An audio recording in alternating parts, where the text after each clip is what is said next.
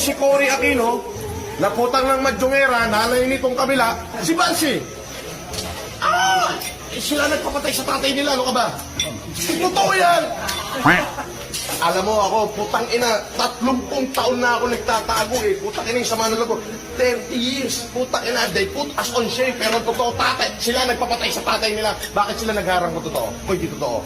Di dapat sigawan nila ako rito. Gusto mo kapitbahay? Yes! Tapat mo lang? Yes! O, tingnan mo, nagharang mo. Di ba dapat ganyan lang screen? Tingnan mo. O, tingnan mo yung screen. Ito to, screen o.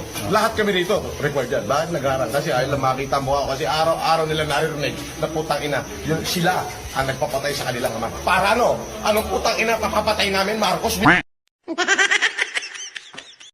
Arda Marcoses, mapapatay namin si Ninoy, broad daylight, may mga media na awang. Pare, come on, I could not see any logic in there. Totoo po yan.